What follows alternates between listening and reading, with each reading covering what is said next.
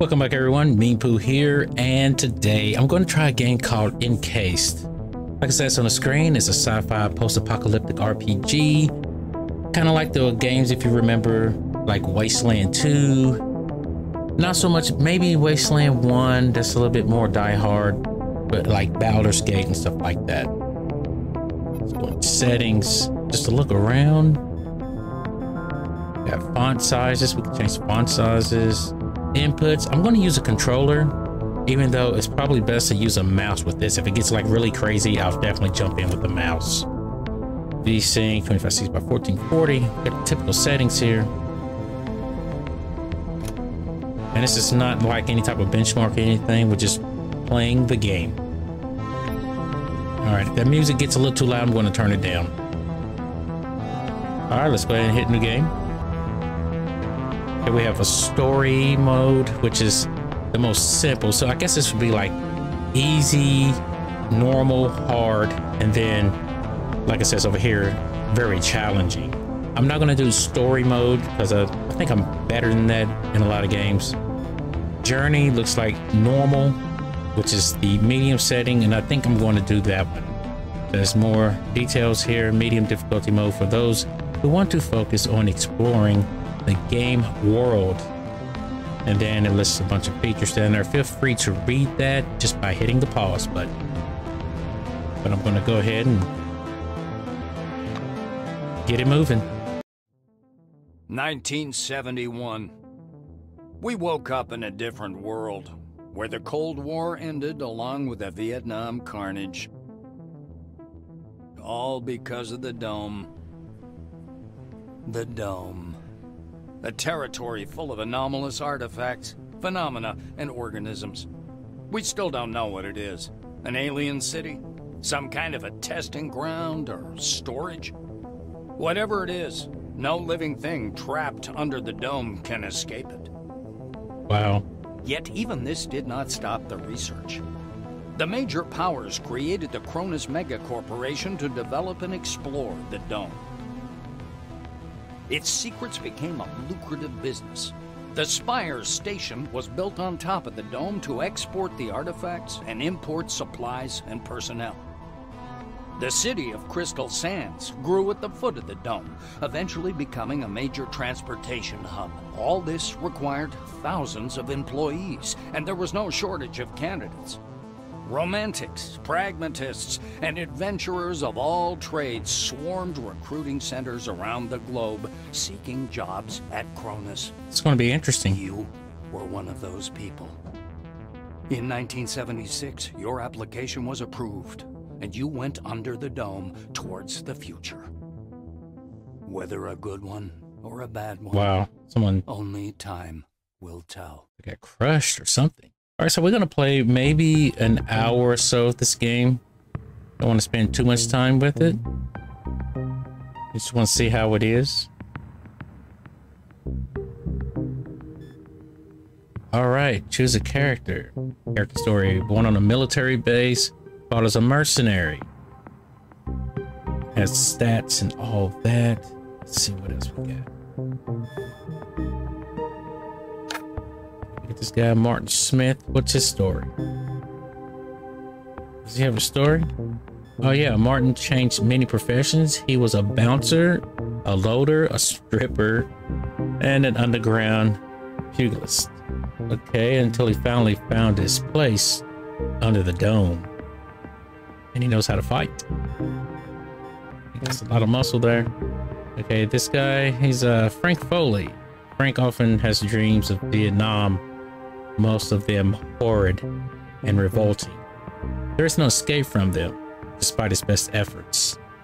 After leaving the army, Foley tried manly jobs. But fate had its way. Once a soldier is forever a soldier. Which is why Frank joined the Black Wing. And his attributes: light weapons, high-tech weapons, heavy weapons, pretty good in some medicine. Now there seems like there's a lot going on with this game. Look at this guy. So you can go ahead and read the bio if you like. Just scroll down. I want to see if they have anybody with maybe like a wizard type person, uses like psychic powers, light weapons, melee, light weapons, psionics is what I'm looking for.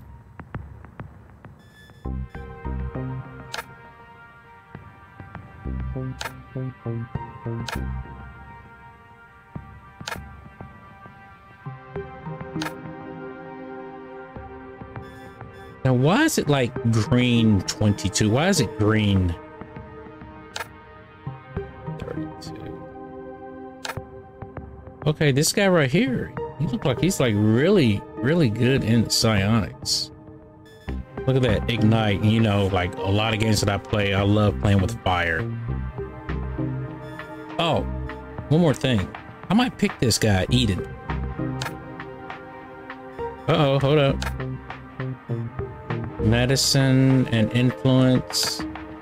Medicine and influence. Oh, that means this guy got a slick tongue. Let's go with this guy here. He might be pretty good.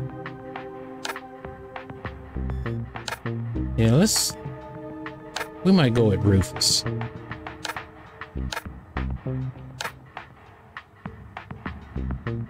Okay, let's go with Rufus. This lady here, heavy weapons, man, she got 103.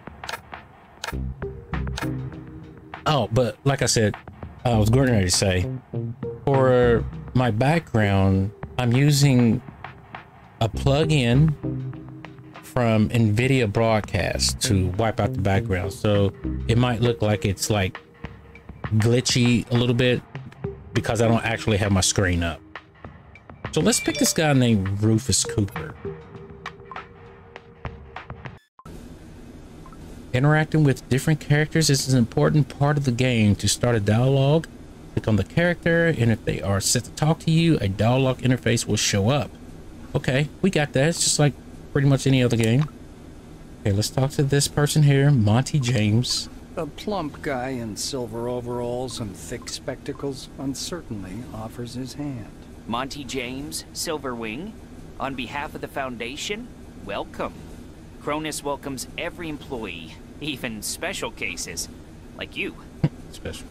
I can slap my palm against his, shake his hand, exclaim Mamba. Non-existent tune. Like, let's just slap his palm. Monty jerks his hand back and gives you a wry smile. You know, it's Bastard. a bit weird they put you in Silverwing. Colleague. Oh, this guy's a dirtbag. He's a sucky. All right, let's talk to this person. The orange is dressed in a new jumpsuit. The shiny badge on his chest reads Quentin Bisley, laborer. He looks at your dumb, happy face and snorts. The orange pokes you in the shoulder and turns away, chuckling. A lot of D's in here, right? The tall woman in black overalls stands with her arms tightly crossed. Her badge reads Elsa Olafson, Security Service. Olafson gives you a disgusted look. I don't think I want to be around these people. A man with a mustache and a blue jumpsuit is standing at the window, studying the construction site below through an occasional break in the clouds. His badge reads Igor Patanin, planner. All right, what about this person over here? A thin, pale young woman is staring through the green glass of the porthole. She turns to you. The badge on her chest reads Tomoko Kimura, physiologist. She shakes her head at the imbecilic smile which never leaves your face. No idea what to think about this one, but my first impression is dislike. Well, greetings. What did I do to these people? Kimura lets loose a heavy sigh. Oh dear. She turns back to the window. Kimura jumps with a yelp and presses one hand to her heart. Oh, you scared me. To hell with you. All right, what else can we do? Stopping in front of the porthole, you watch the ground slowly approaching and sing a joyful song about candy astronauts. Of course, no one has ever heard such a song before. You just made it up. Right. What the hell? The female black winger whispers. What did you expect? Cronus is a public company, so many of their decisions are influenced by politicians and other public figures. They think that if the dome is public domain, it should be anyone's domain. Meaning absolutely anyone. I'll try to find our special colleagues file. Just a moment. The silver begins clicking his kairos. He sighs in disappointment. Odd, there's nothing in it. The profile is almost blank. The idiots under the dome are more mysterious even than the forefathers' relics. The white-winged woman who had been watching the Earth below turns to Monty. You think it's funny, Mr. James? This so-called mission is the joke. And by the way, stop using the word special as an insult. That's inappropriate. I know very well what you're implying, and it doesn't apply to this person. They're simply unintelligent. Very unintelligent. I'm standing right there. Right in her face. As you're about to move away from the window, you spot a funnel cloud beginning to form above the ochre plain. The gathering storm drifts unhurriedly above the desert, a crown of green lightning flashing at its core. Clearly no ordinary weather phenomenon. It must be one of those anomalies. You freeze at the window, reluctant to divert your gaze. The black claps a hand against her forehead. Stop the planet! I want to get off. We'll get off soon. Not off planet, though. We're about to land. The silver awkwardly attempts to comfort her. The capsule shivers as it settles into the braking devices. This reminds me of listening to like an audiobook. Any minute now.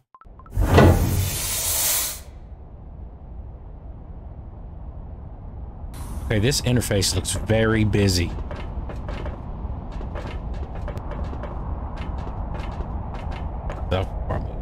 Camera control. And in case you can rotate the camera counterclockwise and counterclockwise. We get it.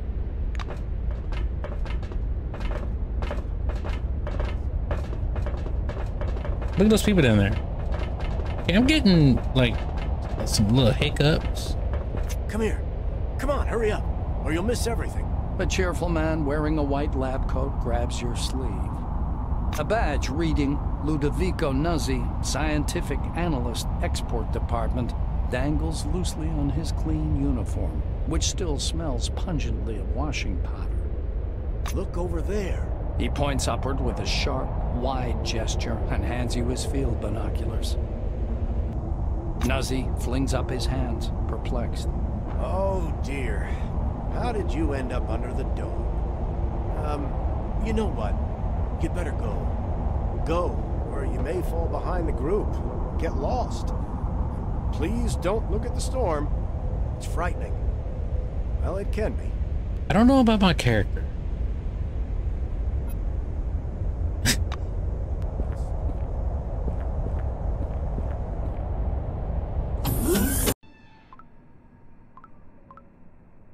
Throughout the game, you will perform various tasks, some of which lead you through the story, as well as others that reveal different aspects of life under the dome.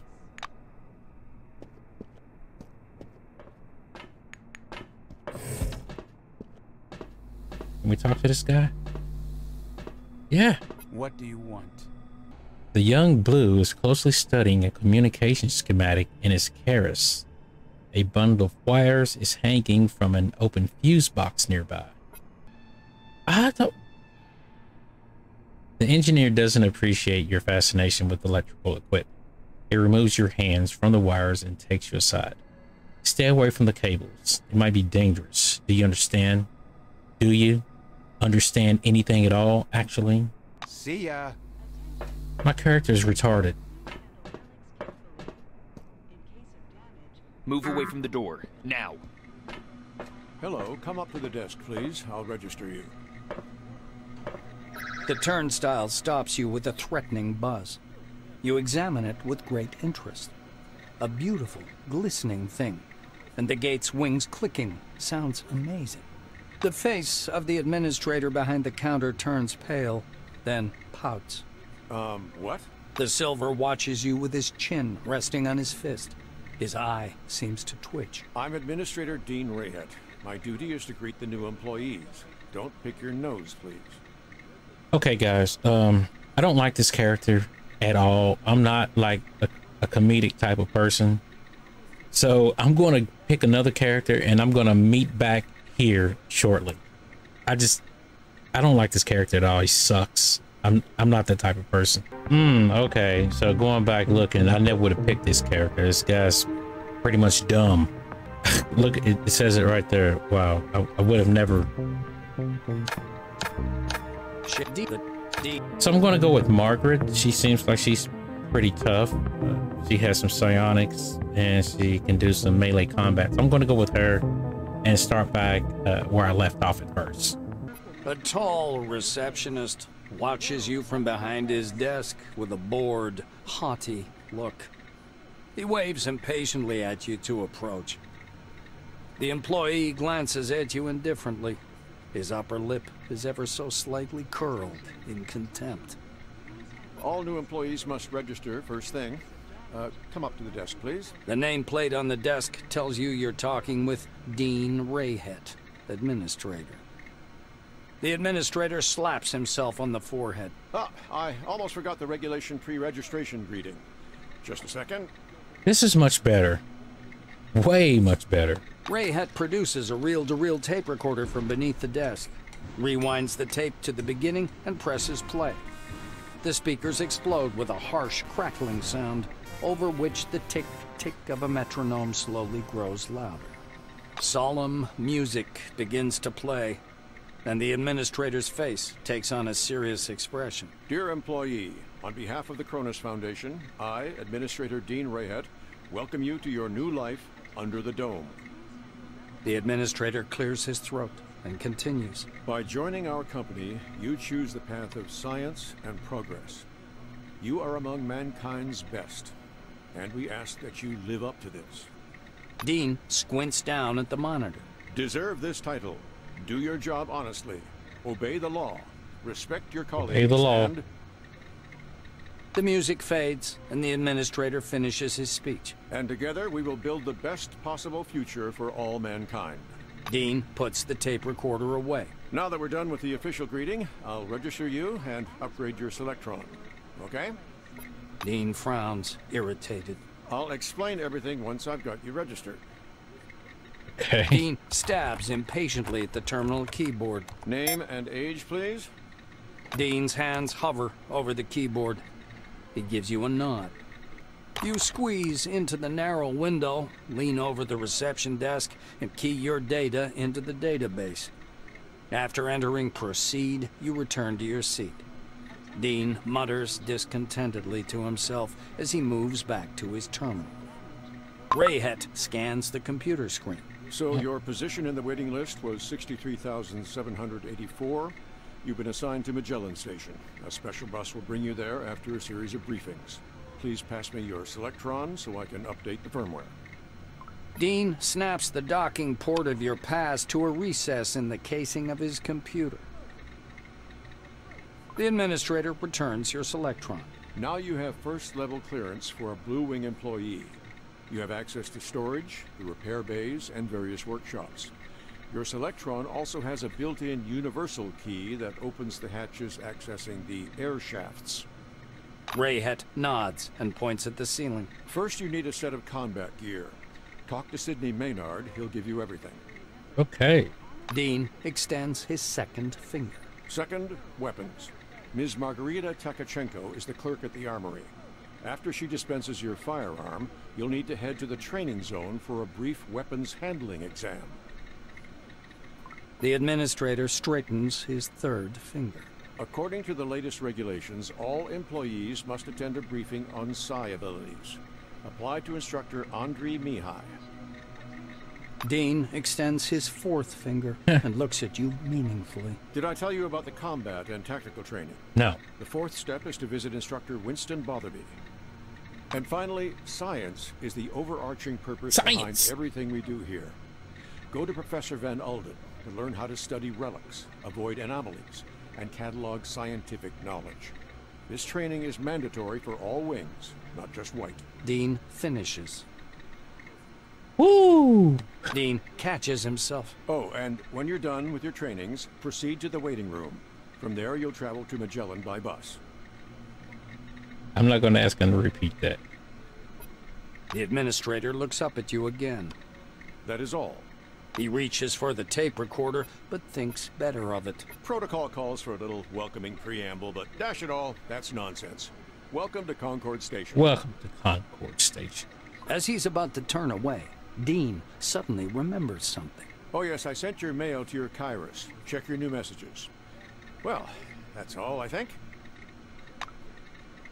Messages from some employees' computers also end up there. Okay. So let's figure out how to get there. Okay, character. Look, we got a tree. We got a skill tree. Look at this, man. Suppressive fire. Precise shot. Okay, we got an inventory. We got some combons. What is that? Scanner. A blue wing. Selectron. All right. Data. All right. Newcomer to Concord. So we have to do these tasks here. Step 1, step 2, step 3. And then we have like our main quest, side quest, companion quest. Man, this game is going to be deep. Look at this. Reputation with the blue wing. So we got a reputation to uphold with these different factions and stuff, as well as companions, more than likely. And wings. Got a map. Player, that's, where am I? Okay, right there, right? The sort of off to the center, east or west rather. So yeah, everything's on the legend over there on the left, and then the dome. So we need to go to the one person. We'll just walk until we find someone.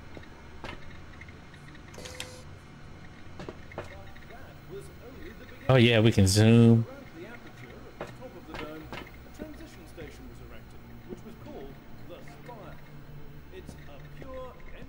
Okay, number 1. Behind the storage counter, you see a small, neat guy. His gingery hair shines with something like brilliantine. His badge says, Sidney Maynard, storekeeper. Oh, what a lovely angel. Came down from the heavens. Good morning, my lady. Is it something urgent? By the way, my name's Sidney. My friends call me Sid, though I prefer a different name.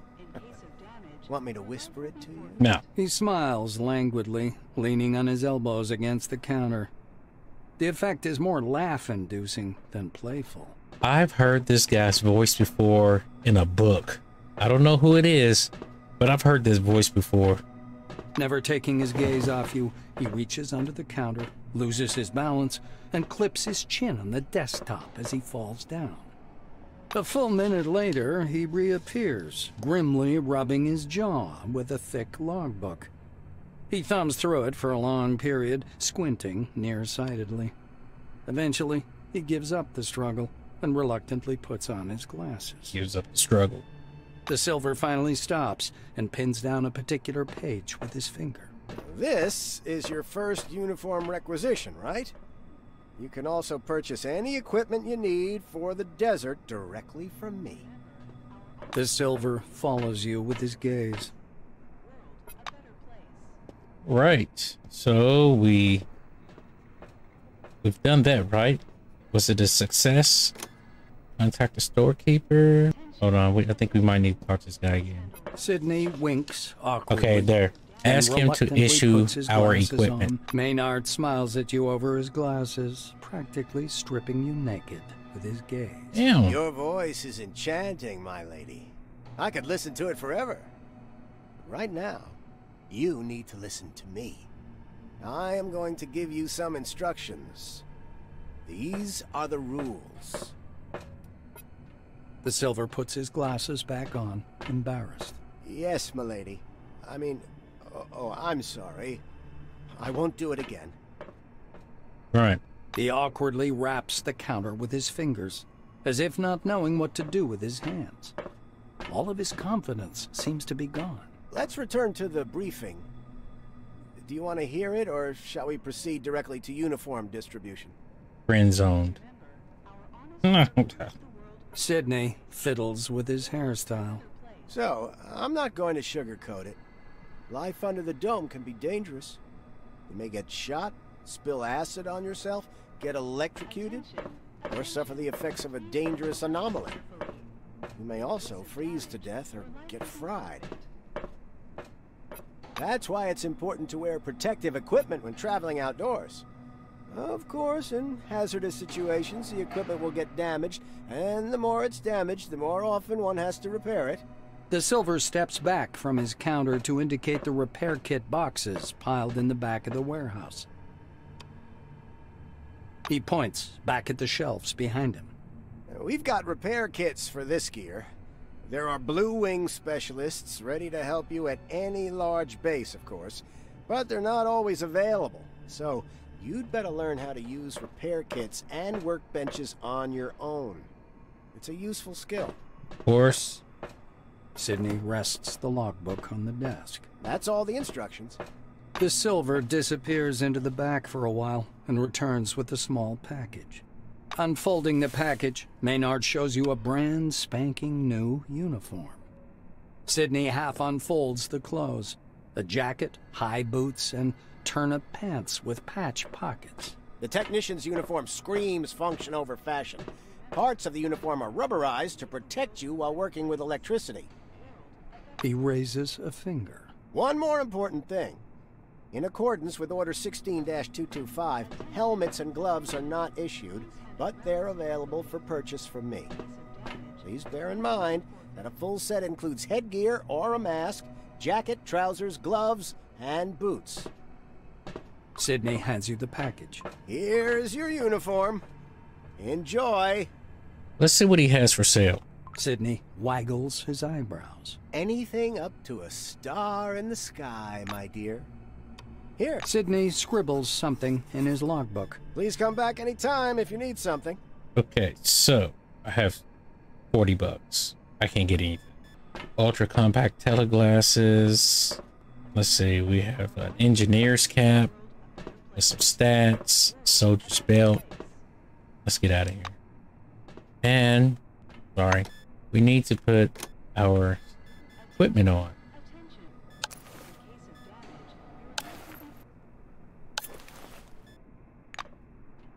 Floppies. All right, let's take it. Take it all.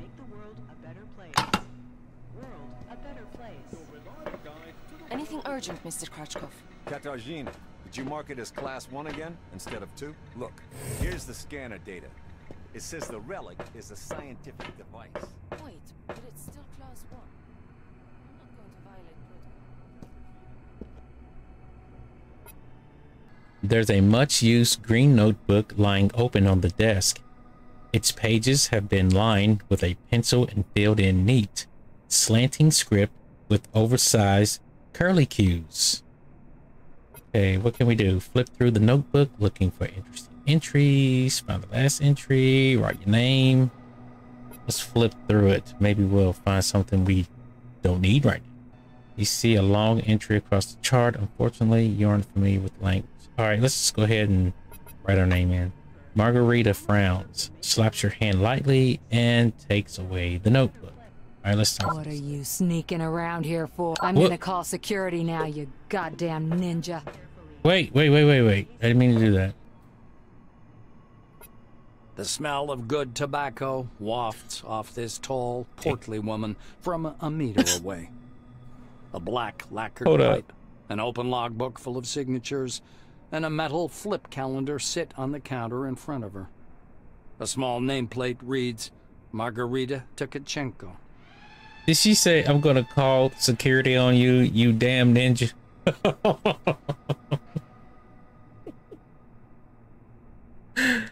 Come on, man. They really put that in the game, man. Oh, man. The woman fixes her coppery hair with one hand and casually lights her pipe. To what do I owe the pleasure? Give me my Her damn voice is deep and gravelly. Margarita thumbs back a couple of pages in her logbook. I see. This was your first receipt. She glances at her Kairos, looks at you, snorts, and retreats to the shelves. Tkachenko returns in a few minutes holding a large gun. You like big toys? She presents the weapon in her outstretched hands. Take this and sign here. There are more fun things in store, but they're not for everyone. You see? After racking the slide, Tkachenko points the gun at the ceiling. High firing rate and good accuracy, even in burst fire mode. Enjoy. Just don't point it at me. The black hands you the weapon. Alright. This is my turf now. Margarita drags on her pipe and releases a puff of thick yellow smoke. I see you know the rules and won't cause problems. The armorer shrugs, puffing indifferently on her pipe. It's the least I could do. We have a requisition list from the Silvers. For free, you receive only rubbish. If you want the real deal, check out the weaponry shop. Or me. Right. Wait a minute. Sign your name here in the meantime. Margarita reaches under her counter and produces a set of ammunition. A new set of ammo is issued for every task, but there's so much bureaucracy you'll go daft. Expenditure report. Form number 16. Disposal form. The Silver's running true to form. So if you need more ammo, I recommend you either search or barter for it. Or learn how to craft it on your own. These are useful skills. Trust me. Might be doing all of that. Maybe. Leaning over the counter, the black points somewhere off to one side. Now it's time for your training. Botherby is already waiting for you by the big gate. He's a bit dotty, but a good man nonetheless. Alright. Botherby. But before the training zone, go see that wizard guy with his toothpicks. Be careful around him, though. Don't let him pitch you a line. Psychic my ass. She winces in disgust. Encased has several modifiable keys that will make your gameplay much more comfortable. So it's telling you to hold down some buttons to do this and that. I'm using a controller, so it might not apply really to me. But it's there if you wanted to read it. Alright, so we are number 2. Do we need to equip our weapon? Equip as primary. Okay, deal with that. Now we're going over to number 3. Well, you've got quite an aura. You're a natural, yes. A lean Silver with thick black hair and a huge cigar clamped in his teeth is sitting in front of you. As you approach, he flashes a sly grin and slowly raises an outstretched hand above the table. Something really weird happens. All the paper clips, pencils, scattered toothpicks, and bits of trash float up from the table and hang in the air. Psionics. The silver badge reading Andrei Mihai, Sci Instructor, floats up as well. Okay. Can I do that? Gaping astonishment. Went skeptically.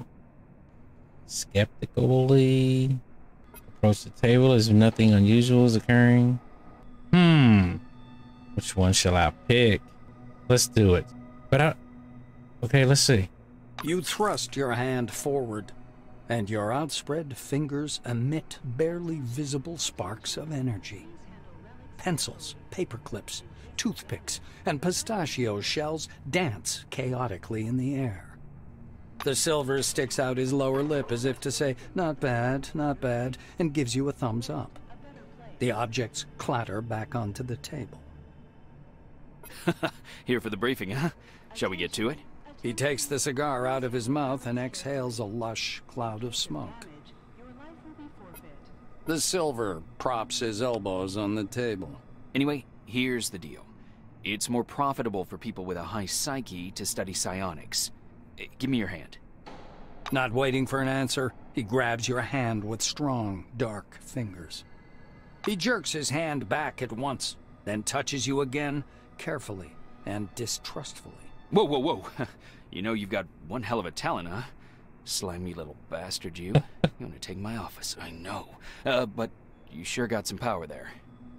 The Silver takes a thin glove covered in talc from his desk and passes it to you. Look, a glove, right? But it isn't just a glove. This is an ooh mama hold me tight glove. It takes energy from your noggin, your psyche, and pew concentrates it. He counts off on his fingers. Learn psionics. Put on the glove. Transform energy into the necessary shape. That's the whole briefing. Simple? Simple. Now to your questions, huh? The Silver takes a pull at his cigar and releases a self-important puff of smoke. Psionics. It's a gift for all of us. The forefathers took off someplace. Poof, gone. Only the dome remains. And this. Psionics, huh?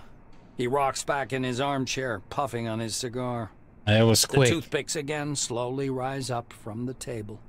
Mihai spreads his dark hands. Toothpicks hover around his head in a kind of halo. Scientists say everyone has an organic skill called psyche. You have it, I have it, everyone has it, uh-huh. Big psyche, you got talents. Small psyche, no talents. You'll need to carry a lighter all your life. Alright, he said equip, correct? Alright. So let's equip this as a second weapon? I'll complain to the Silvers about that idiot. They'll take the appropriate measures. Okay, moving between locations. The game world is vast and divided into many separate locations, some of which may be temporarily inaccessible. Transitions between locations usually look like doors sealing off a darkened area, patches, or specifically marked areas. If the way is free, click on them and the character will open the portal and move through. Oranges. What the heck? As you reach to open the sliding door, an engineer in a bright blue jacket stops you. Hold on there, Chief. It's out of order. See? You're a newcomer, right? It's a straight-up open house here today. He offers you his hand. According to his badge, this is Maxim Penkovsky, technician. The technician slaps the door with one hand. You have to wait until I'm done. Some orange jammed up the lock with chewing gum just for a laugh. They're like animals, those oranges, marking their territory. If you ask me, they're too gracious about those bastards in Crystal Sands. Penkovsky chuckles. Looks like you don't get it. Tons of relics pass through Concord. The base is laid out to make everyone walk a single route, with the top level as separate as possible from the bottom. You get the memo? He turns back to the lock. So in the meantime, take a load off. Have a coffee. Loosen up. Watch the storm through the window. You'll be seeing a lot of those out here. There is a lot of dialogue in this game. Maxime extracts a thin, sharp, precision probe from behind his ear and dangles it in front of you. Though there's another way. You want to learn something about picking locks? It's a useful skill in all sorts of situations. He looks at you expectantly, the blues getting excited.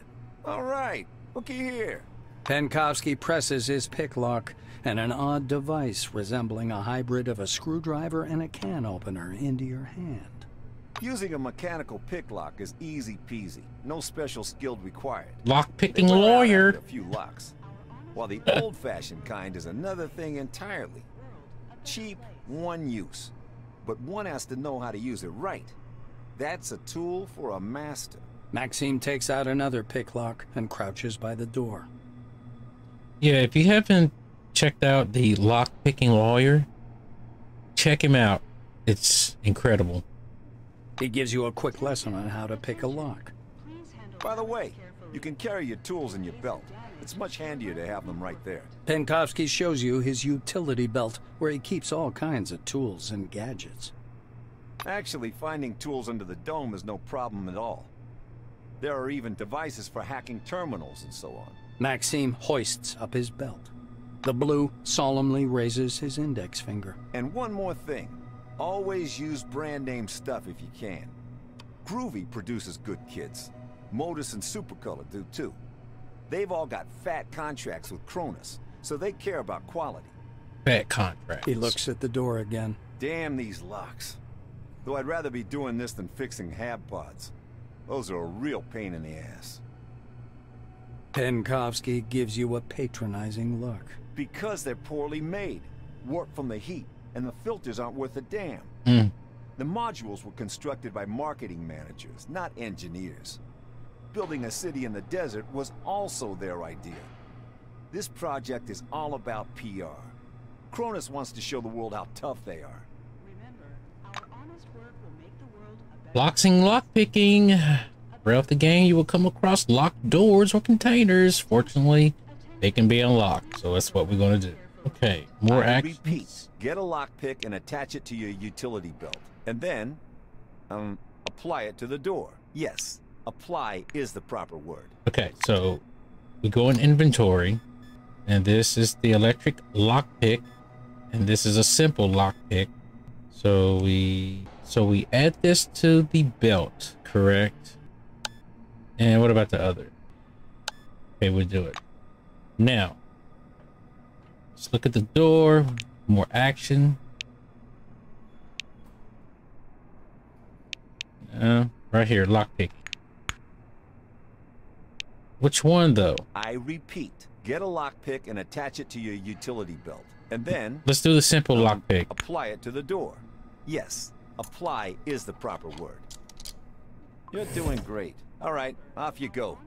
I'll keep working on this lock. All right, we got it down. Under the Dome, an amazing excursion to a world of new technology and the riddles of an ancient civilization. Listen to this information. A turret. All wings and receive a colorful leaflet. Oh man, if you played that game, what is it called? Crusader something. Pretty good game. A guy running around like a red stormtrooper, just shooting up everything, trying to take down a corporation. Pretty good. Check it out if you haven't. It's an old game, but Crusader No Remorse. That's what it is. Crusader No Remorse. Pretty good game. Listen to this. You see a tall scientist in a white lab coat, bathed in the dim lamplight. He almost appears to be hovering above the laboratory floor. Oh, that Mountain Dew's so good. The man turns at your footsteps. He's holding a paper clipboard and a pencil.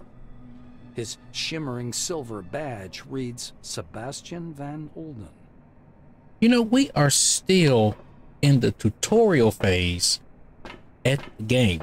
Like, at the really beginning of the game, we are still here. He glances from you to the glittering watch on his wrist. I want us to respect one another's time. Please speak loudly, clearly, and to the point. You must be the newcomer I was told about. Nice to meet you. Nice to meet you. Finished with his unusual greeting, he offers you his thin hand. Let's see what's going on. The scientist puts the clipboard aside, raises his watch for a closer look, and sets the timer. Damn. He shows you his watch dial. According to the rules of this briefing, I have to touch on a large number of topics. Therefore, I will do so very briefly. Do not interrupt me. When I'm finished, I'll answer your questions. Within regulations, of course. Sebastian produces his handheld and clicks some buttons. I checked your scanner. It's working and is connected to the Minerva database. Everything you scan will earn you Kronos or Forefathers knowledge points. Forefathers knowledge points. The instructor watches you with displeasure. Are you listening? Scan everything that might be of scientific interest. First of all, anomalies. They could be dangerous. Make sure to always have medication with you. He places a canvas pouch in your hand. This pouch is full of bolts. You can temporarily discharge an anomaly by throwing a bolt into it. It's primitive, but reliable. Van Olden pushes a button on his stopwatch. So, my oral briefing fell within the allotted span of time. Any questions you want to ask me? Look at all these questions. Okay, let's ask. Sebastian snorts skeptically. Oh, great. You're even ignorant of the basics. Minerva is a mainframe located at Magellan Base, where you'll be going soon, by the way. The Minerva disk stores the database containing every piece of information about the Dome and the company's employees. It is thanks to this scanning that the database is constantly updated. Are you ready for the second part of the briefing, or do you have any more questions? The instructor looks at his chronometer again. This is some crazy stuff. The White scowls in annoyance. Do you know anything at all? What did you come under the dome for anyway? You get knowledge points for scanning objects. For scanning anomalies and relics, you receive Forefather points. Scanning the company's property and employees, living or dead, earns you Kronos knowledge points. He explains with a sagacious expression. You can exchange knowledge points for medication and equipment as part of the volunteer research program. Are you ready for the next part? The clock is ticking. The instructor taps his watch meaningfully.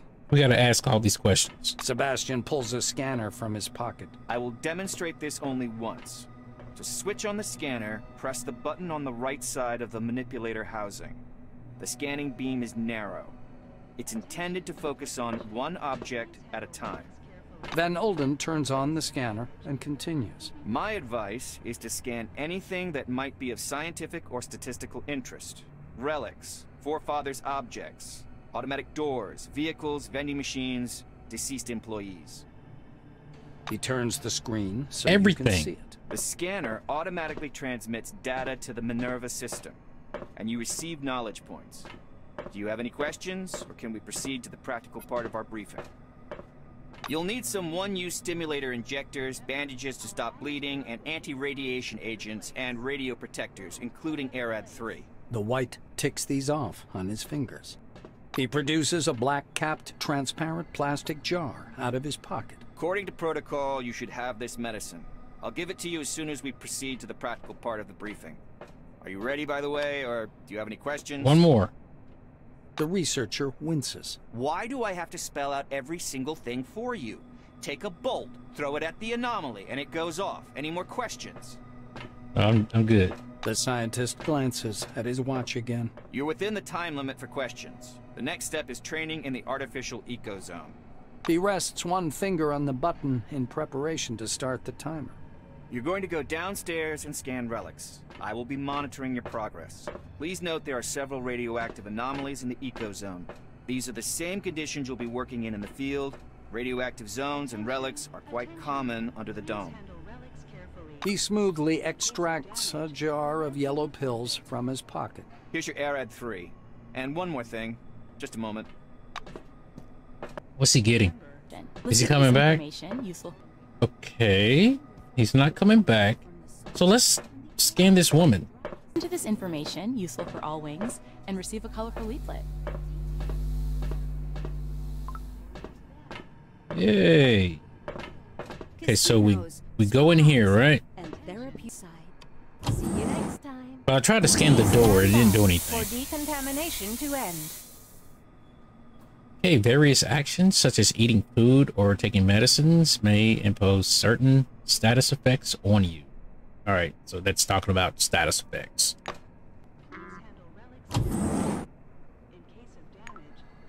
Okay, you have the scanning ability. To perform a scanning, select the ability in the panel and then click on the object.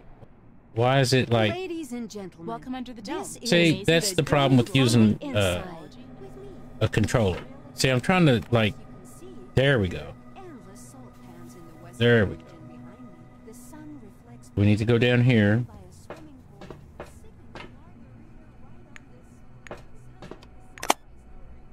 Take it all. I can't. For some reason, it wouldn't let me go down. Okay, so. Be careful around the anomalies. Touch one of them and you'll be injured.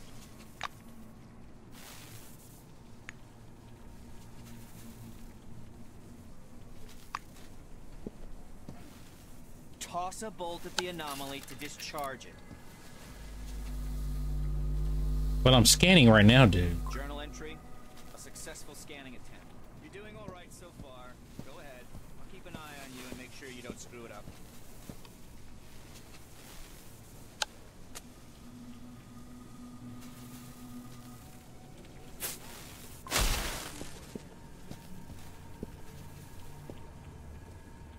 Don't touch the relics with your hands, employee. Okay. Use your scanner. Radiation sickness will not add to your knowledge. Journal entry. 2 objects scanned. And again, Watch out for anomalies. Touch one and you'll be injured. Toss a bolt at the anomaly to discharge it. He's just going on, isn't he?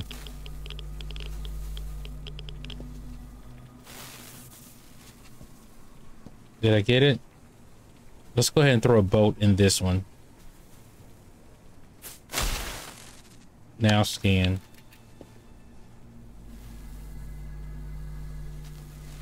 Journal entry. All 3 objects have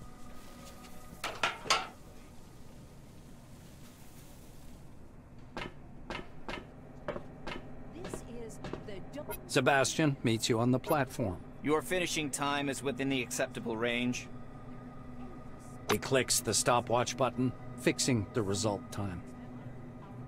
The scientist turns back to his notes. Not bad. One question. You observed several anomalies while scanning. Why do you think they appeared? I'd like to hear your opinion. The scientist assumes a superior expression.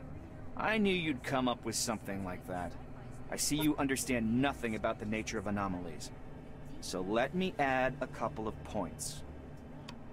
He glances at the shimmering blue light in the eco zone. The truth is, we don't know the precise reason for these phenomenon either. We actually know nothing, no matter how much we try to convince ourselves otherwise. Very interesting. Sebastian points a thin finger at the clustered lightning. I personally believe that the anomalies are the dome's security mechanism. The ones you saw are relatively harmless, but there are different anomalies in the desert, phenomenon that toy with the human mind. Van Olden clasps his hands behind his back. I know you don't care, but I'll say it anyway. Scientists today are required to be wonder workers who can heal cancer with a wave of their hand and solve the secrets of the universe during their coffee break. For some reason, no one wants to understand that fundamental science is always an investment in the future. It produces no answers here and now. The White's gaze strays back to his clipboard. If something terrible happens under the dome one day, and I'm sure it will, science will protect no one. That is all. Off you go. Told it like it is, right? Told it exactly like it is. Let's head out of here. No, let's go in here. Let's follow this guy. Who is this lady? Says the White Wing employee is whispering something. His eyes lifted to the ceiling. He doesn't even notice you. The professor taps the scanner lens with his crooked finger. You scan, you get... Okay, we already know this. See ya.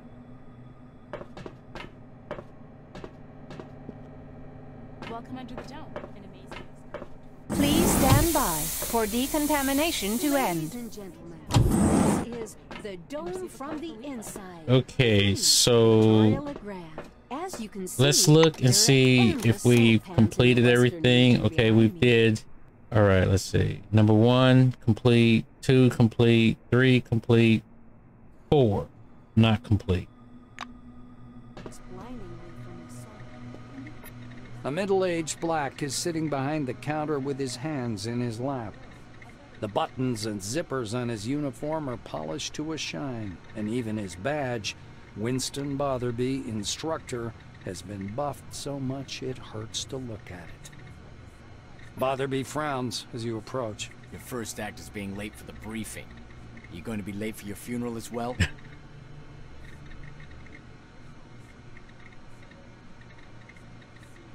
The black looks you over. Yes, I see the weapon received checkmark. Looks like you are fully prepared to disappoint me. You are prepared, right, employee? Botherby leans over the counter and directs you to the doors. Behind this door is a combat simulation computer. Launch it and begin your course. Okay, here we go. He raises his index finger. The conditions in the training zone closely simulate those one would experience in the field. Your goal is to avoid getting lost and dying of dehydration. And try to aim the barrel away from yourself when shooting. Of course. Pulling a notepad from his pocket, the instructor jots down your name. Your goal is to hit 3 targets. I'm going to monitor you and advise as necessary. And try not to burst into tears. That's all. Go ahead. I don't know about you, but I'm sure I'll come here in a year. Okay, I think this is it. This is Door to training grounds. Terminals. Okay, throughout the game you will often have to interact with various computers. Alright. Preparing for combat. Before entering combat, make sure you're prepared. Check your and your companion's health. Move your weapons from inventory to the hand slots. Load your gun if necessary, and prepare medicines and stuff to counter health damage. Alright, let's see. Let's leave. Let's look into our inventory. I know we have a weapon, handgun cartridge. I think this thing is loaded, reloaded or anything, because it looks like it's already loaded. Surely they would have gave it to me loaded. All right, let's do this again.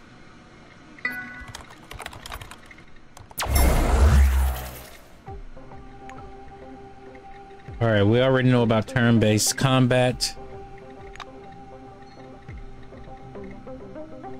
Okay, it looks like, what we got, like 1, 2, 3 enemies. Yikes. Can we shoot? 85%, 96%. Let's do it. Let's try it again. Not enough points. Skip turn. Spend remaining action points to increase defense class. Yes. Okay, in almost every battle, you are surrounded by interactive objects, traps, pools of toxic goo, flames, or a barrel of fuel that can be blown up with a well-aimed shot. I don't know how, I know that's a barrel, but I don't know, you know, the extent of the explosion. What is it, 84? 85?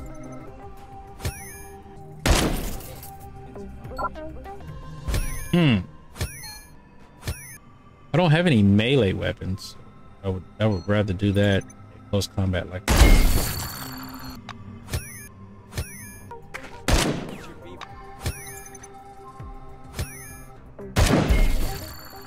Can't help but say I'm stoked. Right, we did it. Of course, that was just a hologram anyway. All right, let's check everything. 3 success. 4. I mean, didn't we do everything? 1, 2, 3. So we did the scanner.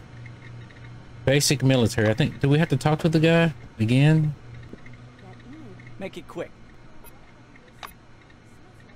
Botherby nods grandly. You made it through training without making a total fool of yourself. Congratulations. You did it. I'll send a report up the chain about your completely unanticipated success. You're dismissed, employee. Okay, so now what? That's how we got an update. What do we do now? Message over here. Go to the landing zone and wait for the bus to the Magellan station. Where's the landing zone? Let's just go somewhere that we didn't, you know, we haven't been. Maybe that's it. Welcome under the dome, an amazing excursion to a world of...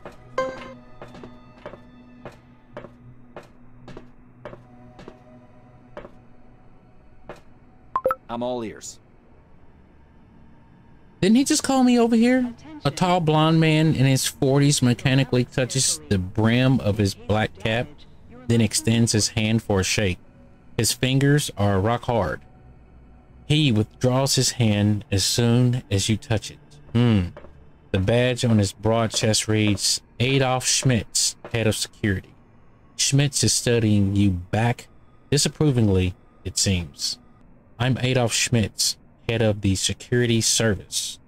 You were to be sent to Magellan, but there was a change of circumstances. The black nods toward the door behind him. I've got an urgent order for you. Your help is needed at the nearby object. Mr. Kingsley is waiting right now to give you your assignment. He'll tell you everything himself. There we go. We use this terminal? The giant display glows welcomingly when you approach. A red light comes on under the screen's steel hood. The camera is switched on. A gray old man with high cheekbones appears and squints out at you from the screen. Do you copy? He leans close to the camera, his glasses glittering. My name is Martin Kingsley. I'm Chief Officer of Magellan Base. We were supposed to meet in person, but unforeseen circumstances prevented that. One moment. I'll grab your file. He reaches for something out of view and produces a thin folder with your name on the cover. Apparently, your file. Kingsley opens the folder to thumb through the pages. He marks one of the pages with a pencil. Well, well. So you're in Blue Wing. A solid choice. Does it run in the family? Or did the role attract you for some other reason? Yeah, let's just say it's a family tradition. Martin's gaze grows a little bit warmer. I know well what that feels like. He quickly jots something down in your records. Kingsley closes the file and folds his hands in front of him. Thank you for your reply. I learned a little more about you. Now I want you to learn a little bit more about us. Keep in mind, this is not a rehearsed speech. He assumes a serious expression. When the dome was discovered in 1971, it became a scientific and media sensation, a worldwide phenomenon, and likely the most significant discovery in the history of mankind. Kingsley drums his fingers on the unseen desk, his gaze focused somewhere beyond. I see. You were enticed here by radio advertising, telefilms, and all those interviews, billboards at every turn. Cronus wants the world to see the dome as a stage where something merry and fascinating is going on. But now that you're actually here, I want you to see the real picture. You can't make out his eyes behind the glare on his spectacles, but he seems to be staring directly at you. Here's the truth. Nobody was waiting for us inside the dome. It's neither a treasury of technologies nor a cemetery of the ancients. Perhaps what we're doing now is defusing the world's most complicated bomb. Will our mission thrive? I believe so. If we work together and everybody does their part. He looks back at your file. I say, do what must be done. Because that's what the concept of the 5 wings is all about. Kingsley points at the camera. You're from Blue Wing. You're looking at the world's most complicated infrastructure, and that complexity keeps growing. Your duties are not limited to maintenance and service. You'll be keeping up the image of the world in its accustomed form. Without hot water and electricity, people will revert to beasts in an astonishingly short order, though it might seem that. Putting the folder aside, he sits back and stares at you in silence. It gets so quiet that the ticking of a clock can be heard through the speakers. Kingsley sighs quietly. You were probably waiting for some boilerplate welcome speech, but I prefer to talk about real-world problems. Glad to meet you. Let's be nice. Martin nods slowly. I apologize once again for this long-distance meeting. Now, as we don't have much time, I'd like to get to the point. I'm sure you're curious why you were taking off the bus to Magellan and brought here instead. He moves closer to the camera. I'm going to show you a short video. Please pay attention. Woo! Kingsley's face freezes on screen. I have an urgent mission for an employee of your background and qualifications. I'd have assigned someone from Magellan, but I'm short on personnel. That's why it has to be a newcomer. I apologize again for the rush, but it seems I have no choice. Martin noisily clears his throat. Maybe you've heard about Nashville Base. While preparing the materials for this mission, I came across a short documentary film about the complex. I think you should watch it. The speakers produce a hollow click. Purple, gray, and black spots flicker on the screen. A blurred title, The Cronus Archive 1971 to 1974, was used in the production of this recording, appears at the bottom. The shadow of an airplane flies across a faded yellow desert. A cheery voice fills the room. Every day, our researchers uncover more and more of the dome's secrets. There is no doubt the underground structures, so-called objects, are organized according to some pattern. Though early on, the importance of the relics to scientific research was considered insignificant. The desert dims into the black of a chalkboard. White lines drawn by an invisible hand begin to sketch a schematic of the dome. The narrator continues. By 1972, however, many important discoveries had come to light in a period of only a few months, and the construction of stationary research bases adjacent to the more promising objects began. Personnel moved into Ankara in May of 1972, and within half a year, Boston and Dessau were also brought into service, though the biggest discovery was yet to come. I'm pretty much sold on the storyline so far. It's quite interesting. The picture changes to a chasm suffused with electric light. People bustling about everywhere. The speaker's voice seems to come from a distance. In November of 1973, a massive network of underground caves and a structure of hitherto unseen complexity was discovered in Sector C-12. Soon afterwards, the construction of C-12 Nashville began. The camera glides through dim caverns as the silhouettes of bizarre mechanisms emerge. Metal structures loom up from the dark, surrounded by earth-moving machines and exhausted miners wearing orange jumpsuits. The speaker continues. C-12 Nashville is an innovative research complex located atop the primary relic mining location. The complexity of this object is unique. Communications. The film abruptly cuts out, and Kingsley's face reappears. The rest of this information is classified. Hopefully you get the main idea. Nashville is a very special place, requiring people with both special qualifications and special clearance level, though yours will do for your task. Yeah, what's going on there? The chief officer bends threateningly close to the camera. I thought I made myself clear. That information is classified. Kingsley lowers his eyes and flips through some documents. Only the driver. The rest of the group has already departed. I'll tell you everything you need to know, don't worry. This is some shady stuff going on. Very. Martin adjusts his glasses. So, the task. Nashville base stopped transmitting and receiving signals yesterday evening. A reconnaissance group was sent out earlier today, but we haven't heard anything from them yet either. The chief officer rubs his forehead. Normally, I would never give this task to a newcomer like yourself, but I just don't have enough people. He looks down at the documents again. Furthermore, the group was lacking someone with your specialization. The communication problem appears to be more severe than I thought. Nashville's technicians could use another Blue Winger's help. Kingsley is looking into the camera once more. Your task is to get to Nashville, figure out whatever's behind the communication problem, get in touch with the group, and work with them to solve the problem. Oh, it's almost like that one episode of The Walking Dead I watched this past weekend, where it was Father Gabriel and Aaron, and I don't know, that one guy from the Commonwealth, and they go in like they're gonna work with these people, and next thing you know, they're throwing them off the roof and kill everybody because this guy has some other ulterior motive that he has going on that we don't know about, or maybe we do. But I just caught it while I was at work. The chief officer carefully returns the documents to the folder.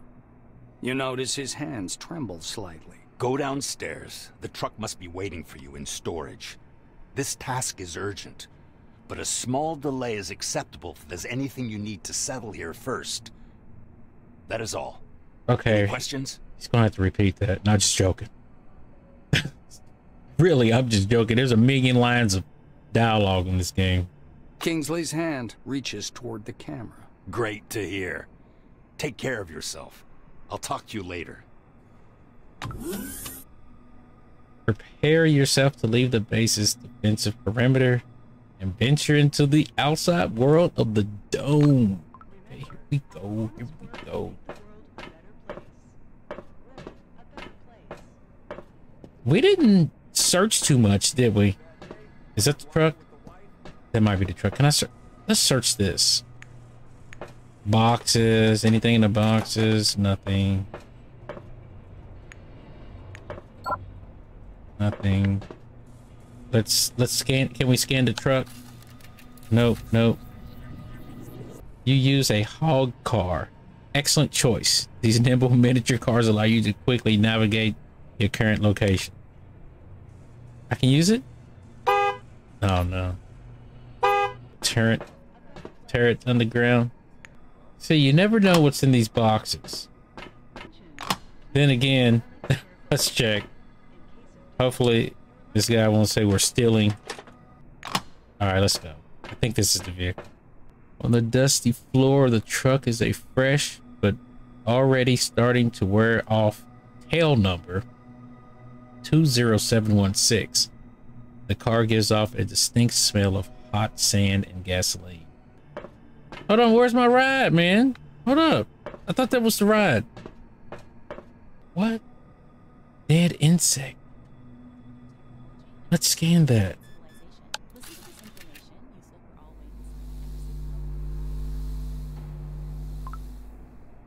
That's right.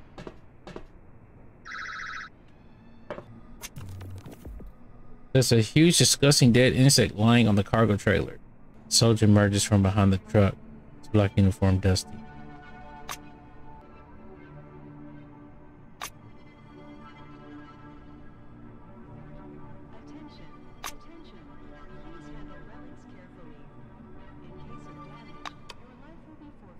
All right.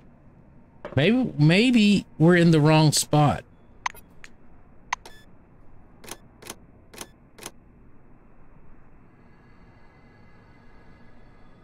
Oh, no, we're not. We need to keep going. Attention, attention. Please Right. handle relics. How do we get out?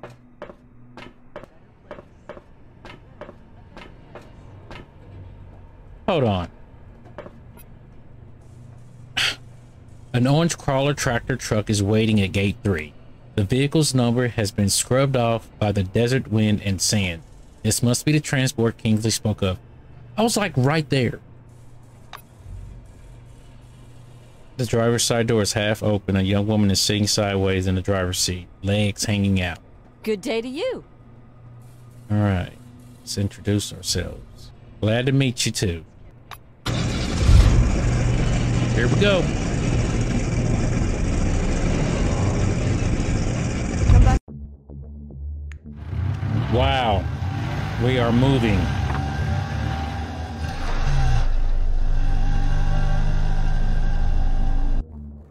Like, how long have we been playing this game?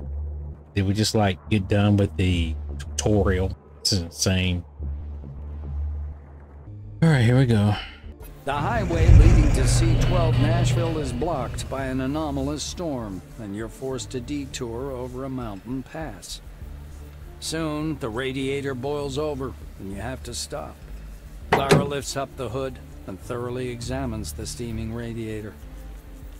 The engine's boiling, so we'll have to wait. You do know what happens when a car boils, right? It's... The Blue shuts her mouth abruptly and stares anxiously at the dark funnel cloud dancing on the horizon. Now that you're on higher ground, it's clear that the storm has overtaken a fairly large section of road. It will be difficult to pass. Morgan turns on the radio. The air is filled with white noise and distant, barely audible voices. Clara shakes the device, then shakes her head. See? The radio isn't working either. The Blue looks at the engine again. We wait. As soon as it cools down, we'll go. This storm worries me more, but it's not an insurmountable problem. I heard there are some relics at the local gas station that protect against anomalies. You could even accidentally step on one out here, they say. Mysterious are the ways of the Lord. Your companion perks up a bit. She seems to be interested in this subject. This place is registered as a resource anomaly zone. Do you know what that is? No. It's when the relics mined there have been studied and deemed useful. Not much is known about these relics. They dampen anomaly fields, even very strong ones. They're also found in other parts of the dome. They're known as bronze apples, or aluminum apples. I don't remember, but something like that. The Blue looks at the storm once more. There have been more and more of these lately, and they're getting stronger. I personally think it's divine judgment for how we've squandered the riches under the dome. She sighs and squirms. I knew people who got caught in one of those storms. They blow up so fast, there's no chance to get away. God rest their souls. The Blue makes the sign of the cross.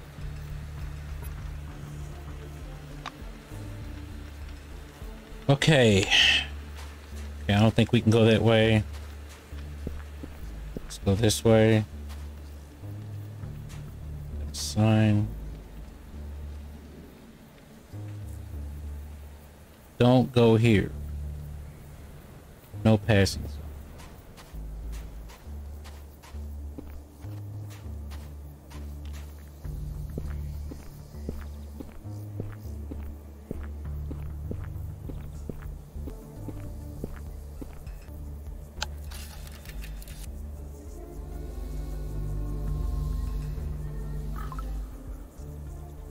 Decommissioned. Hey, can I fix it? Probably. Who the hell goes there? Come on in, since you're already here. A weird, scruffy old man with a matted beard is sitting in front of the checkout terminal. The badge on his blue jumpsuit is long since bleached away. The name Aaron Melville is written there in black marker. With a groan, he picks up a magnifying glass and, peering through it, begins poking at the keyboard with one knobby finger.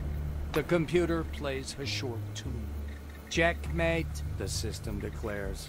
The old man angrily sets the magnifying glass aside. A Grandmaster? You're a piece of junk, not a Grandmaster. And a cheater to boot. He raises his head to squint in your direction. Eh? What do you want? I don't advise eating here, and there's nothing to buy. And either way, we're closed. The shopkeeper rises from his seat, and you notice he's sporting a peg where his left leg should be. The old man frowns and sniffles loudly. You want to write a complaint? Go ahead. He looks at you for a minute. When he realizes you're not going to complain, the surly expression slowly leaves his face. The angry look turns to a sad one.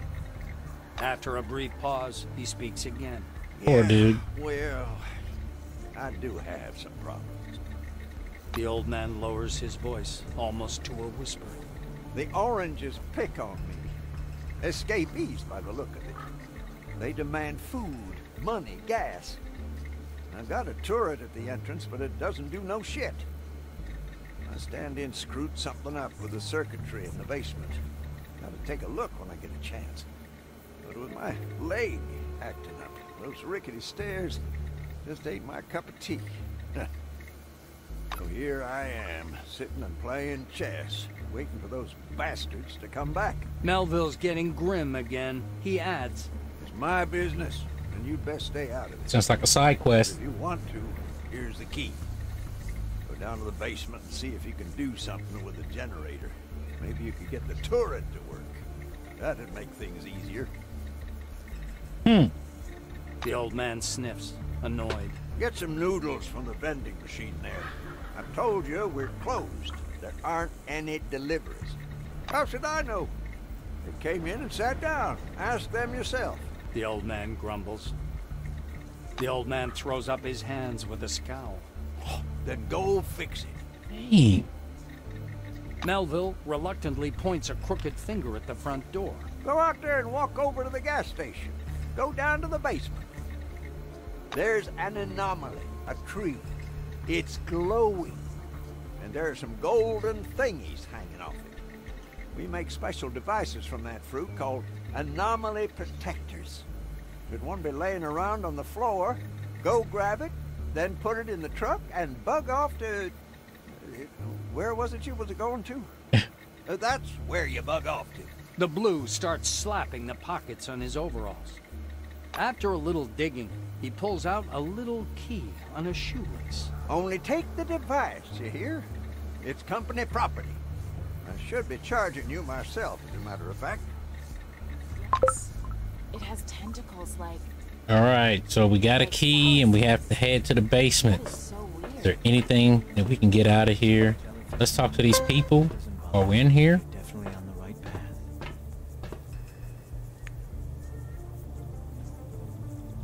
We could search the vending machine. We can buy some stuff. I don't want to buy anything. Let's talk. Hiya. As you approach the table, you catch the end of a strange dialogue. A gray, long-haired man in a silver jacket is making weird gestures as he confidently explains something to the young girl sitting next to him. The only logical and undoubtedly correct answer is this. The dome vibrates out of sync with the universe, hence all the anomalies. Seeing you, he raises two fingers in a peace sign. The man radiates calm and goodwill. Peace be upon you. My name is... We're going to call this guy RK. And this is my sister, Swallow. Swallow. With her outsized pupils, Sister Swallow's eyes remind you of twin forefather anomalies. She stretches herself out on top of the table as if hoping to melt into it. Hello. Oh, my fingers are warm. Lines, waves. RK looks from her to you and giggles like a child. I'm sorry. When I feel good, I like to share with my neighbor. Ignore it, please. Swallow rubs her cheek against the table's surface, absolute peace written all over her face. RK sways slightly on the couch and weaves an invisible pattern in the air with his fingers. These two have taken enough drugs to knock out an entire Black Wing squad. Okay, so they're probably high. Having guessed what you're thinking, the silver gives you a tricky smile. Well, consciousness doesn't whiten itself. You have to help it along. It's very good for deep spiritual discussions, you know. RK laughs. Well, that's a very wise attitude to take, isn't it, Swallow? The girl nods enthusiastically. KW slaps himself on the forehead. Let's examine it. All right, let's see. Identify Cronus inventory, fix the pin system, deactivated. Attention, no power supply. Okay, just like the old man said, something's going on with it. The tanks are empty and produce a hollow echo when you tap on them.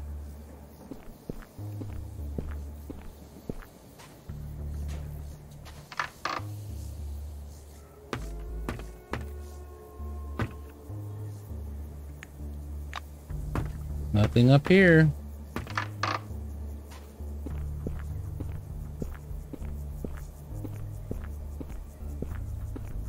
Okay, this is the gas station, I guess. What's this over here? Hold on. Let's go over here first. This looks like a garage. Canisters.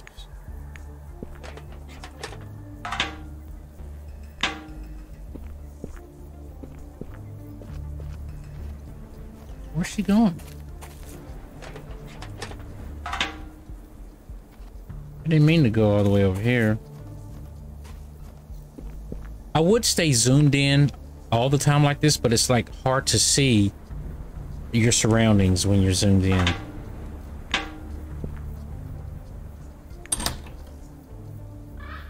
Hey, this is like a work, well, it says gunsmithing workbench, so we can make stuff. But we don't have enough to make anything. Well, we can make fuel. Or do I need 50 before I do it?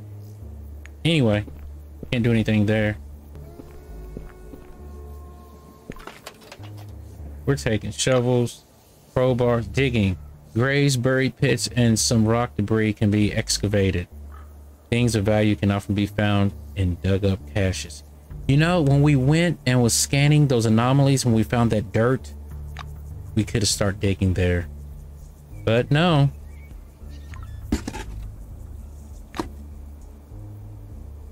So some advice, people, play it with the mouse. It's easier.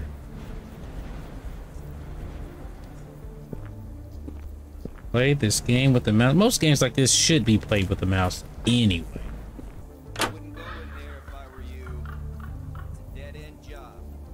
A dead-end job. Let's talk to this guy out here.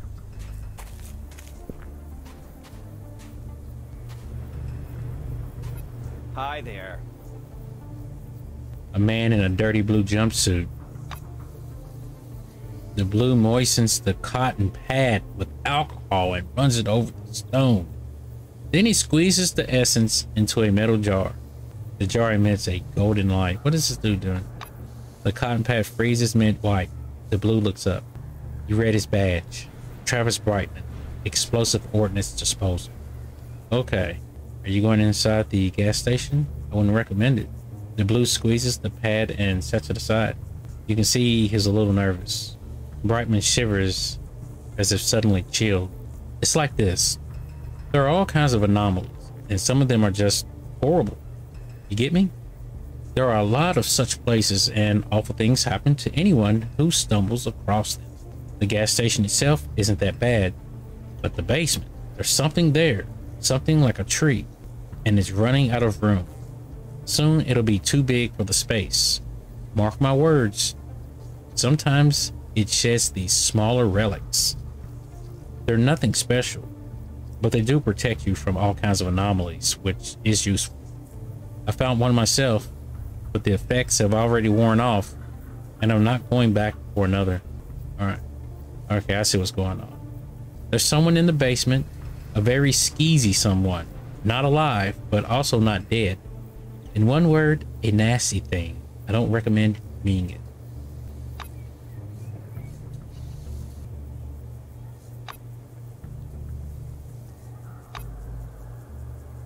This place is full of interesting stuff. It's an anomalous zone. After all, machinery doesn't last long in this area. So I walked here. The whites say it's a typical retrograde anomaly. And I even know where the source is. The blue turns to look meaningfully at the gas station behind him. It's all from the gas station. There's a huge second-class fractal relic in the basement. And sometimes small golden balls fall off. I would take a couple for myself, but, well, there's something weird going on in there. I advise you to stay away. Travis falls apprehensively quiet. All right, as long as you leave me out of it. 2 words, something living. There's something alive in there, and it barely resembles a human being. That's enough for me to keep my distance. A man working in the swamp told me wherever you find Microlux, you find Mobius.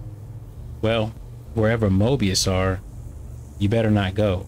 I'm glad the passage to the swamp has been blocked up with rocks. Feels safer. It was nice chatting. Sure.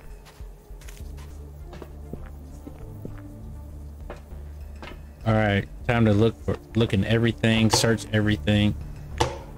Hold up, what was that?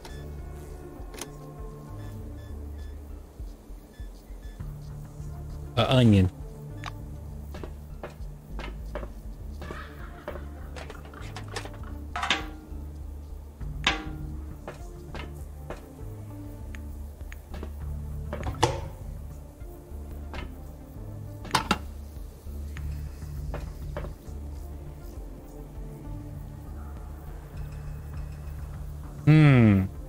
Better not go out there. Lots of gas cans. Jeez.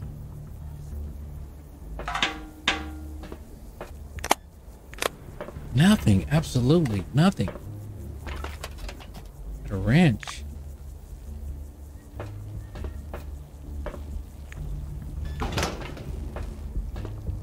Okay, looks like a little door to go down.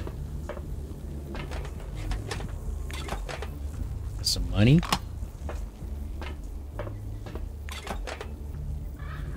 Some whiskey. It's locked. Okay, so we searched everything. It looks like we need to go down. Hold on, my character portrait is flashing. So it looks like, can we, all right, here we go, right here. Or is it up here? So how do we, heavy weapons, 49 out of 150, psionics. We also have this, piloting skills, driving various vehicles. Under them, you never know when the ability to clone a hamster may come in handy. Definitely need to get this up. Do we pick one? Or, okay, let's just keep upgrading. What else can we? Maybe some melee weapons come in handy. Okay, we're good. Skill points. I still have 9, but we can disperse those later. Because I'm not even sure about this. Roadside picnic staging post.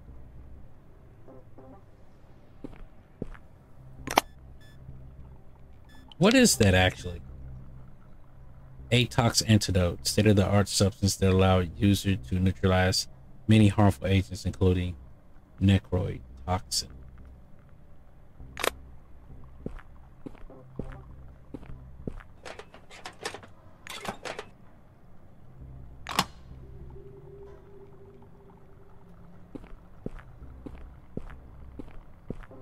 Oh, that's the thing.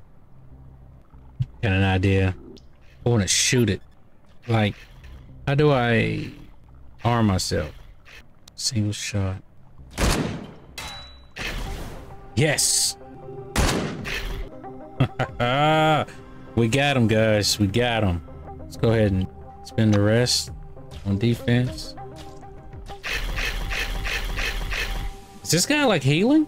He's healing.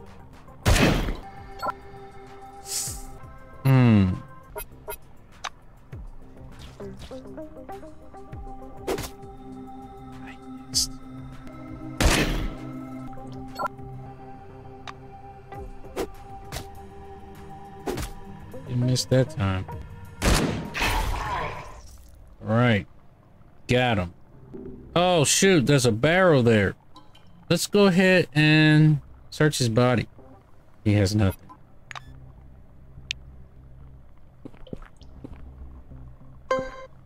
Okay, we secret, look like a door, but we want to search this comic book. I knew it was a comic book. Let's take the door.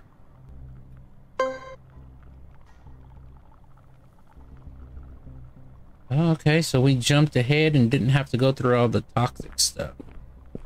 Glowing tree, search.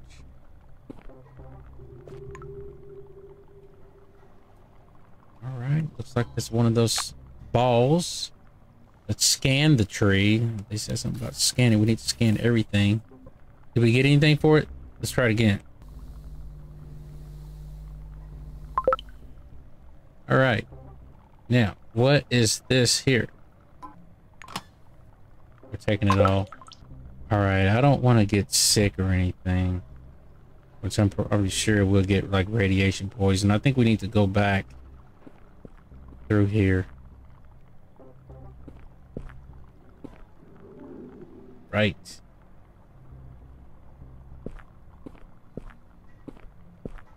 And let's look in here and see if there's anything that we can equip. Like, we just have boots, pants, and a shirt on. A jacket. Those are weapons. Equip the relic.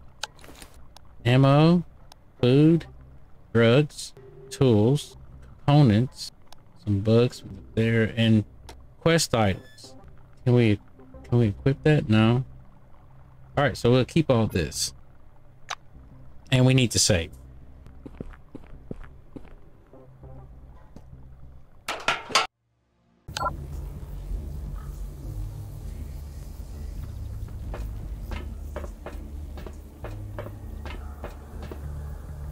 We probably need to heal up. We don't have much. 108.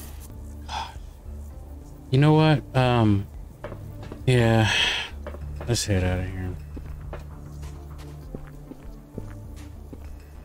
Look like we got some enemies or something over there. I'm not even messing with it.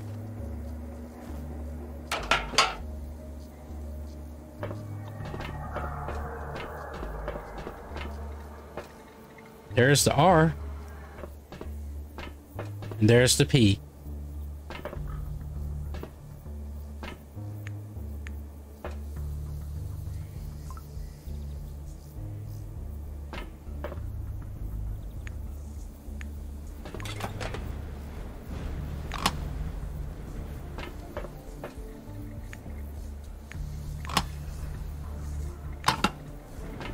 I'm like, is there anything I can fix though? Like, I need to fix something. I need to. Thinking about that.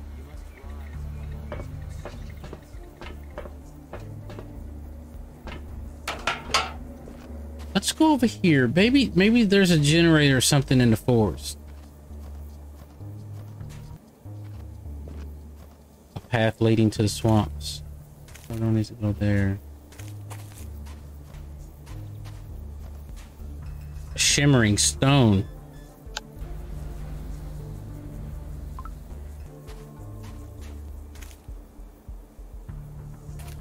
Crafting station. So somebody's here, but I don't see any evidence of like a generator or anything. Trap. So a booby trap? I'm not even going to touch it. Are we just going the wrong way? So if this guy has no power, I don't know what we're gonna do. So I know it's gonna be some trouble. As you exit the shed, you stumble across a scene from a movie. A dented Jupiter moon parked by the roadside shop with 4 strangely dressed tramps idling about. The car is in awful shape despite being brand new. Jupiter's first got chrome-plated fender moldings in February 1976, which means it can't be older than 6 months. The driver's door lock was at some point jacked open with something sharp, a knife or a screwdriver. The car is obviously stolen. The people standing around the car are so filthy you barely recognize their Cronus uniforms under the grime. The name tags have been removed, of course, but the ruffian's tattoos make it clear you're facing oranges. You quietly call out and the bandits turn to you.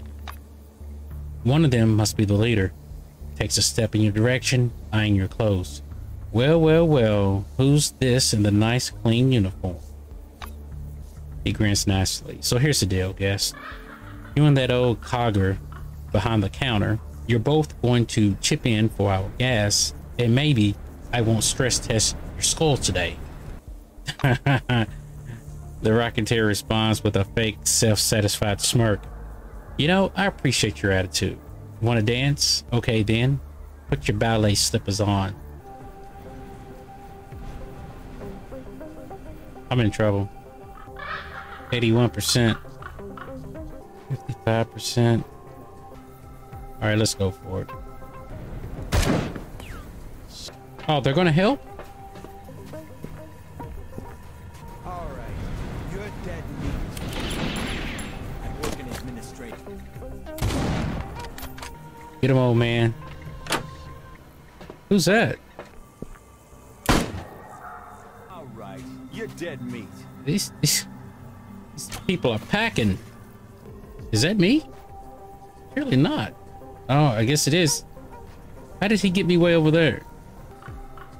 There's got to be something I can do. Ah. Oh.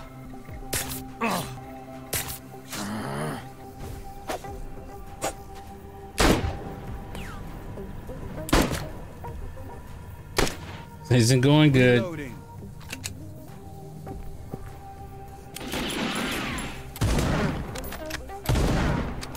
Aim for the head, the brain.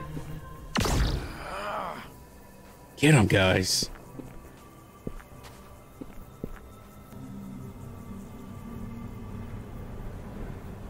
Okay. He was close. No, I need to shoot. Do you even know?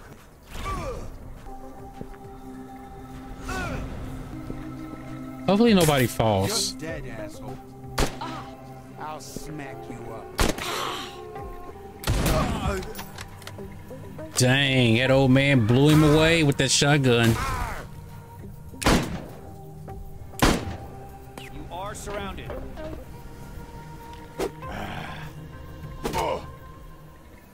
Okay. Okay, he's 81. Let's see, who else can we take out? Let's take this guy. I'll poke you in the eye with my shank. You guys should be able to finish him. Yes. I'm warning you. I know Kung Fu.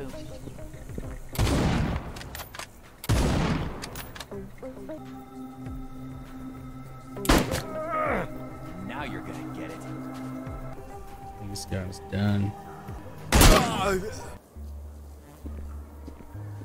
Is he on fire or?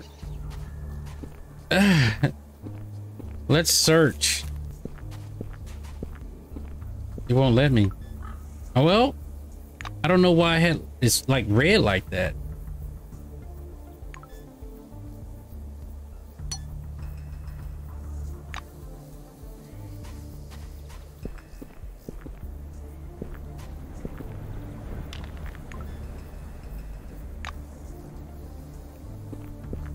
Looked like he had some drugs on him. Okay, so let's make one more pass out here. Sure we're not missing any bodies. I think we're good. Let's go ahead and save the game. Well, you seem like a better sort than the others. Bye. Thanks for the help. Listen, Ravi. Wait, can you put the weapon away first? He raised his hand slightly, staring at you. Aaron Melville nods, reassured.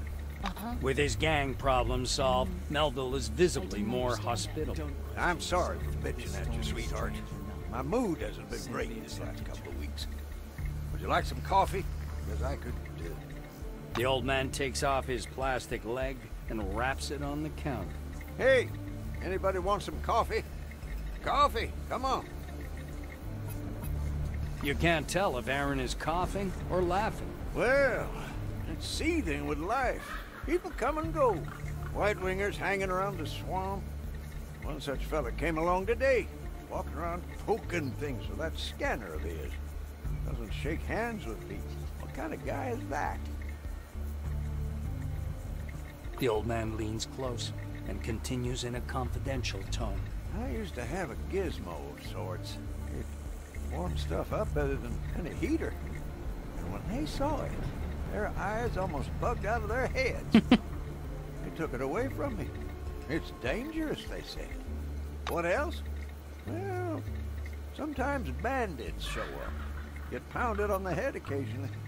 Not as often as I'd like, but there it is. The old man gives you a smile of satisfaction. The blue grunts like a goose. Well, I cook for myself here. It's, you know, an acquired taste. The old man sighs in sadness. What life? I'm an old man. Life? My ass. The old man scrubs his bald spot. That'd be my stand-in, I think. And here I reckoned he'd gone and quit on me. Do you remember us passing Smelled a stench from the cellar. Thought a rat croaked down there. Listening to your story, he shakes his head in amazement. You say it didn't even look like a person? You must rise. Oh, I had a bad feeling about this place from the start. Not good at all, I'm telling you. Hey, sweetheart. Wait a minute. Hold up. The blue claps you on the arm. He looks a bit confused. I was just, I was thinking, I wanted to thank you. Maybe we could go on a picnic. Oh, You shit. like picnics, don't you? Aaron smiles. His expression is both silly and sincere. Look, there's a cliff nearby. Lovely place. I got a cook pot already there. A comfy piece of tarpaulin, too. And the logs are alive. Even got a little bottle stashed away. Melville grunts, reaches under the counter and pulls out a bulky bag smelling of onions. The old man lays out the bag's contents on the counter. Canned pork, onions, eggs, and potatoes. He looks quite proud of his stash. What's a picnic without snacks? Here, I'm gonna teach you my family recipe for pulled pork. First, you have to boil the eggs, and then... Gesturing excitedly, the old man reveals the secrets of Melville family cuisine. I'd cook it myself, but I'm sure you can do better. See the stove behind me? There you go. Use it. Go ahead and cook. The blue rakes the food back into the bag and gives it to you. Do I have to cook? Do I? No, not the bathroom. Door.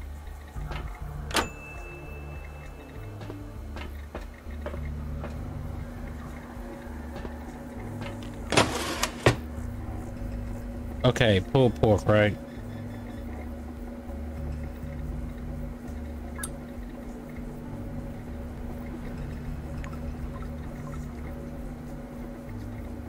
Okay, now what? Aaron stares into his screen and mutters to himself. Where am I gonna get all them pawns? You filthy dog. He notices you. Ah, it's you. Well, come on, speak up. What do you want? Squinting skeptically, Aaron takes a piece of pork and tries it. Well, what do you know? That came out pretty good. He lowers his voice. There's that guy with the rock, the white by the swamp, and those two hippies. Ask them if they want to sit with us, too. If you got anybody else in mind, call them, too. More people, more fun. Wow. Are we done yet? Seriously, let's check. That was crazy. I wish I could have got that turret working. Oh man, so he's grateful, he's prepared. Ready, now you need to decide who you want to invite to the picnic. Let's go get our friend. That girl. Clara briefly looks up from poking around the engine. So, how's the situation? Sure you don't want some nuts? Water, maybe. I have some here. You see doubt in Blue's eyes. I don't know. Clara returns to her repairs.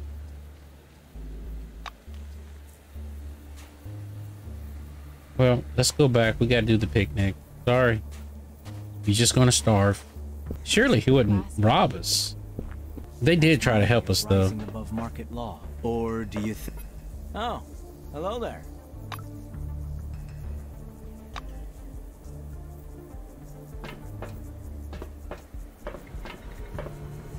Okay, we gotta find, the old man's gone, so we need to find them. And the dude, you know, the one dude, there he is. Salutations. Let's learn about this. The scientist puts the scanner aside. That's a topic for another time, but I'll warn you in advance. Like most of what we know about the dome, it's just a theory right now.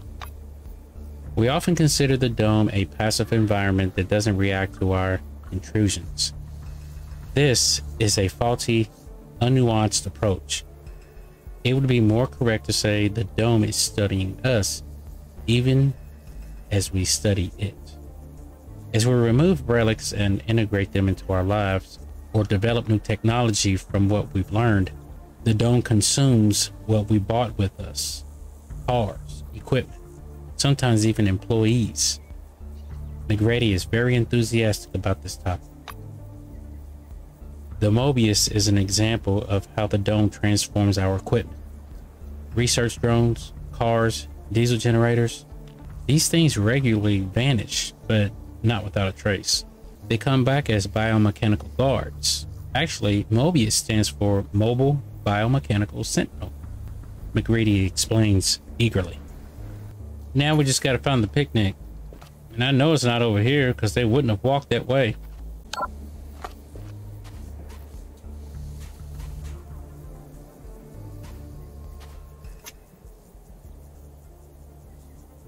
Melville leads you to the cliff, carrying battered old hamper with some chip plates inside.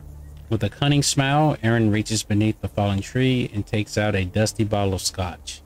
You stoke the coals of the expiring campfire, and the flames reluctantly blaze up in response.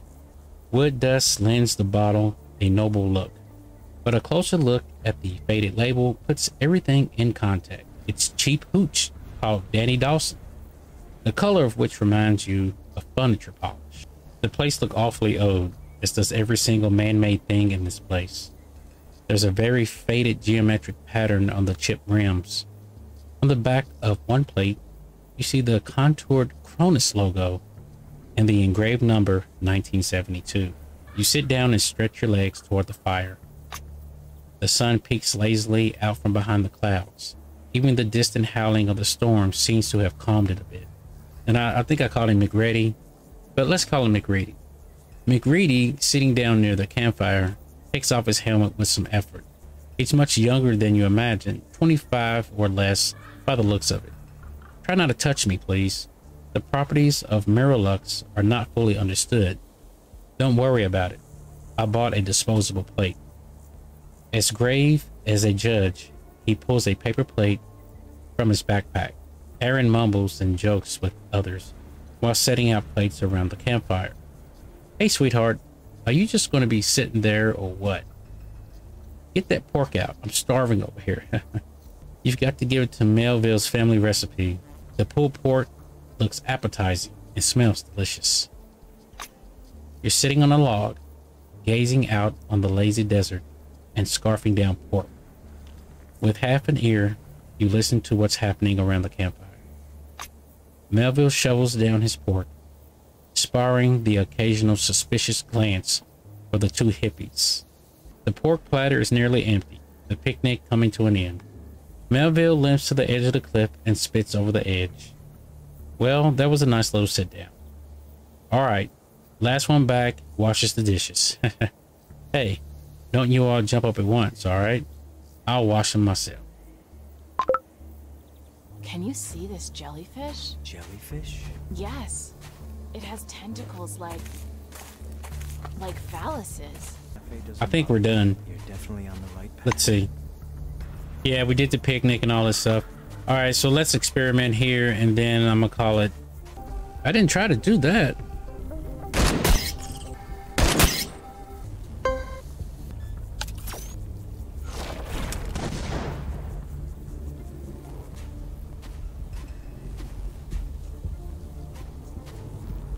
Okay, so what happens if I walk through this?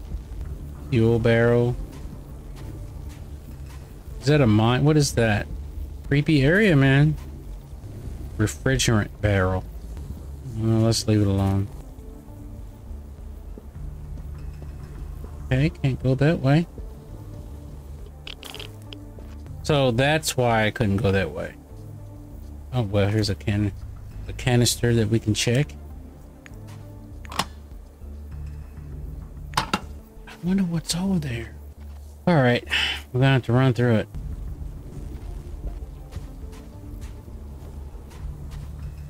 All right, I think this is it. We can leave.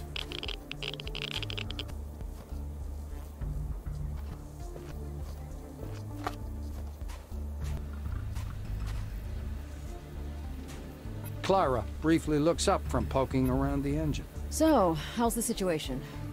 Sure you don't want some nuts? Water, maybe. I have some here. A vague smile appears on the Blue's face. Really? That's good news. We could have been stuck in here for a long time. Radio's still not working. What's the FPS we get?